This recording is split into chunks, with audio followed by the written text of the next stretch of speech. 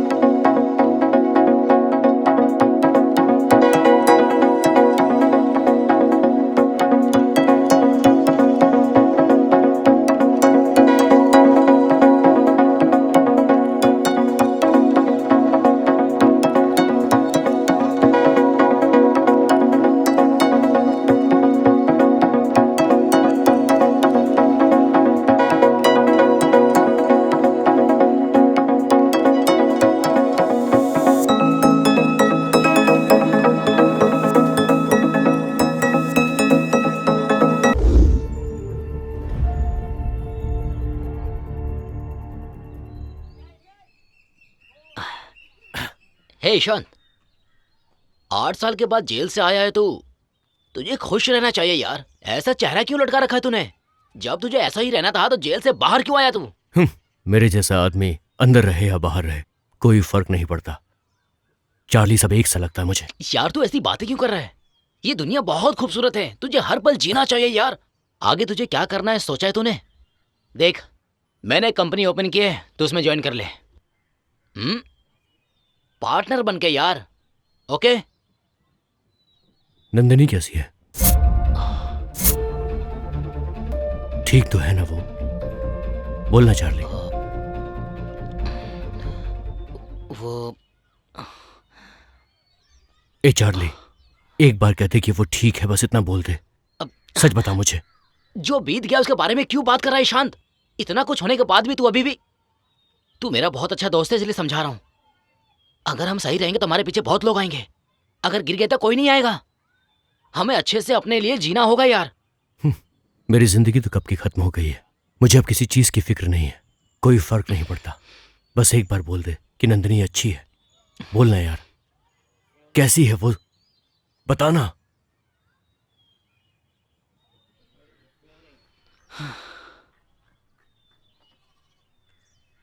जिसकी जिंदगी अच्छी रहे ये सोचकर तू खून करके जेल चला गया, उसकी जिंदगी आज बिखर गई है। ये क्या बोल रहा है तू?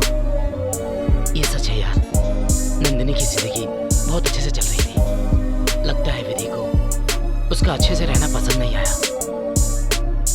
नंदिनी को एक लड़की पैदा हुई। उस बच्ची को देखने के लिए मम्मी डैडी हॉस्पिटल गए। मैं और सागर ड्रॉप करने के लिए कार लेकर गए, पर रास्ते में एक्सीडेंट हो गया।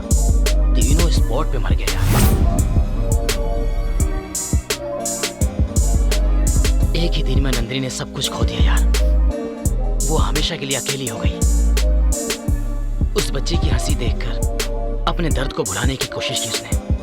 जिंदगी बसाने के लिए वो काम पर लग गई। उसके काम और मेहनत को देखकर उसका प्रमोशन मुंबई ब्रांच में कर दिया गया। अभी वो बच्ची के साथ मुंबई में है। नंदिनी अभी मुंबई में कहाँ है? हाँ? शॉन, तू उसके पीछे फिर से क्यों जाना चाहता है? मुझे उसका एड्रेस चाहिए चार्ली।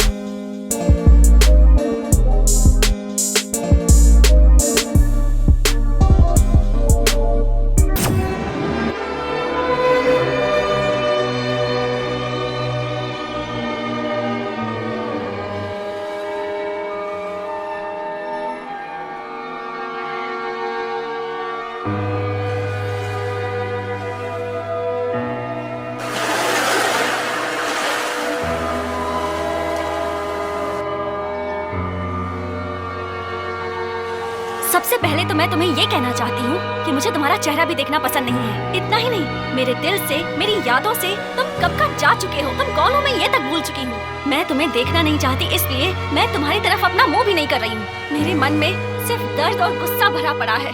फिर भी मैं यहाँ तुमसे बात करने आई हूँ। बोलो, यहाँ क्यों आए हो? क्या प्लान बनाया है तुमने? 8 साल पहले जो कुछ भी हुआ वो भूलकर अपनी यादों से निकालकर जीने की कोशिश कर रही हूँ। मैं अपनी बेटी के साथ आराम से जी रही हूँ। अब वही मेरे लिए सब कुछ है। मेरी बेटी बहुत बड़ी डांसर बनना चाहती है और अब बस यही मेरा लक्ष्य है कि मैं उसे एक बहुत बड़ी डांसर बनते हुए देखूं। अगर हमारी जिंदगी खराब करने आए हो तो तुम्हारा प्लान कामयाब नहीं होगा। दूसरों का सुख, उनकी शांति छीन लेना, बस यही तुम्हारा काम है। यही करने आए हो। नंदिनी प्लीज, मैंने किसी को परेशान नहीं किया, ना ही किसी को दुख दिया है। समझने की कोशिश करो। तुमने अपनों को खो दिया और आज इस सिचुएशन में हूँ ये जानकर मुझे बहुत दुख हो रहा है। तुम्हारी फिक्र करता हूँ, इसलिए तुमसे मिलने के लिए मैं यहाँ पर आया हूँ। प्लीज नंदिनी, गलत मत समझना मुझे। ओह, तो मैं इस दुनिया में अकेली हूँ ये सोचकर आए हो तुम? मुझ पर दया दिखाने की जरूरत नहीं, मैं अकेली ही ठीक हूँ। इतने सालों से तो तुम यहाँ नहीं आए, जरूर कुछ सोचकर यहाँ आए हो। इतने सालों से तुम्हें मेरी कभी फिक्र नहीं हुई, आज अचानक कैसे हो गई? जरूर कोई बड़ा सा प्लान बनाकर आए हो यहाँ, मैं अच्छे से जानती हूँ। यहाँ देखो, इस मंगलसूत्र को मैंने आज तक क्यों पहना है पता है तुम्हें? वो इसलिए ताकि कोई मुझे बुरी नजर से ना देखे। इस समाज में ऐसे बहुत से आदमी हैं जो औरतों से झूठे वादे करते हैं। तुम्हारा पति नहीं है तो क्या हुआ, मैं तुम्हें संभालूंगा। और पता है, ऐसे मर्दों की इस दुनिया में कमी नहीं है। इसलिए आस पड़ोस में या जहाँ काम करती हूँ उस ऑफिस में मैं ये कहती हूँ कि मेरा पति अभी भी जिंदा है और इसलिए मैं ये मंगलसूत्र पहन कर घूमती हूँ। मेरे पति की मौत के बारे में यहाँ मैंने आज तक किसी को भी नहीं बताया। देखो, मैं तुम्हारे सामने हाथ जोड़ती हूँ, कोई हमारे रिश्ते को गलत समझे उससे पहले चले जाओ। मेरी बेटी भी वहाँ खड़ी है और देख रही है। यकीन नहीं होता? वो देखो वहाँ है। सोच रही होगी कि मेरी मम्मी तो कभी किसी से भी गुस्से में ऐसे बात नहीं करती है, तो फिर आज क्यों कर रही है? पता नहीं क्या सोच रही होगी। उसने पूछ लिया तो? अभी जाते वक्त अगर उसने पूछ लिया कि मम्मी वो कौन था, आप गुस्सा क्यों कर रही थी, तब मैं उसे क्या जवाब दूंगी तुम ही बताओ। इसलिए बोल रही हूँ, प्लीज यहाँ से जाओ। मेरी लाइफ में और प्रॉब्लम्स क्रिएट मत करो। तुम्हारा चेहरा भी नहीं देखना चाहती, जाओ। तुम्हारा गुस्सा आखिर शांत नहीं हुआ ना? नहीं, वो गुस्सा कभी शांत नहीं होगा। अब मुझे और गुस्सा मत दिलाओ और जाओ। तुम्हें परेशान करने का मेरा कोई इरादा नहीं है। हाँ। बस तुमसे इतना कहना है कि अगर तुम्हें यही लगता है कि मैंने गलती की है तो हाँ, मैं तुम्हें कैसे यकीन दिला सकता हूँ। काश तुमने एक फोन ही किया होता। लेकिन सच तो ये है नंदिनी कि मैंने कोई गलती नहीं की और मैं इसे एक दिन प्रूफ जरूर करूंगा। यही तो मैं कह रही थी कि तुम यहाँ जरूर कोई बड़ा प्लान बनाकर आए हो। हम यहाँ चाहे कितनी भी बात कर लें, हमारा सिर्फ टाइम वेस्ट ही होगा और कोई फायदा नहीं होने वाला। वैसे भी बात करने को कुछ बचा नहीं है। हाँ, मैं ऑफिस के लिए लेट हो रही हूँ। मेरी बेटी को भी स्कूल जाना है, वो भी बहुत लेट हो चुकी है। अब तुम चाहे कितनी भी कोशिश कर लो पर मेरा यही जवाब होगा। और अगर कभी गलती से भी तुम मेरे सामने आ गए ना तो देख लेना, तुम पर बलात्कार का केस करके तुम्हें जेल भिजवा दूंगी, फिर जेल में सड़ते रहना। और वैसे भी तुम जैसे लोग बाहर रहे उससे अच्छा है जेल में रहे। Good bye.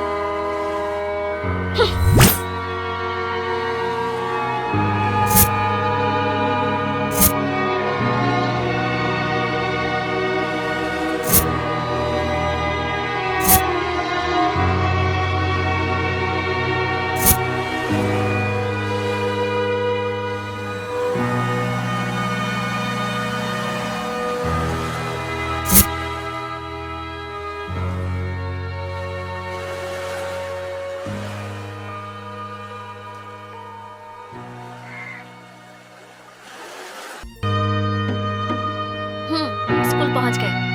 इतनी देर तक मैंने जो कुछ भी कहा उसे भूलकर अपनी पढ़ाई पर ध्यान देना।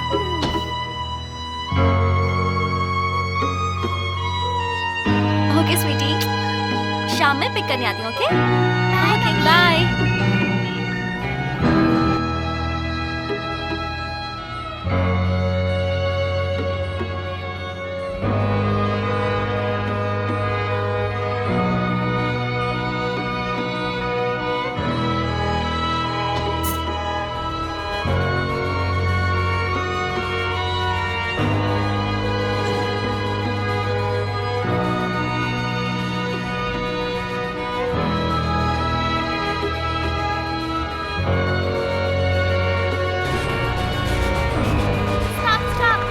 क्या हुआ बेटा?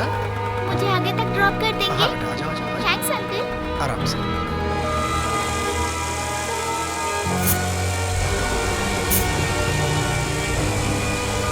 थोड़ा जल्दी चलाइएगा अंकल।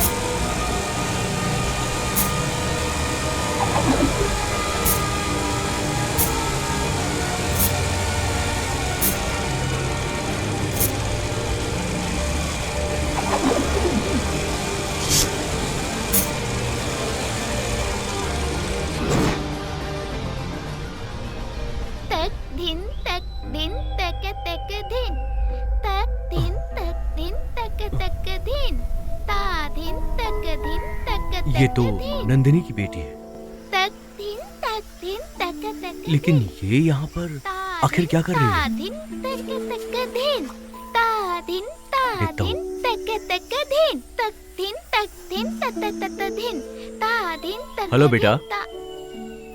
नंदिनी तुम्हारी मम्मी है ना?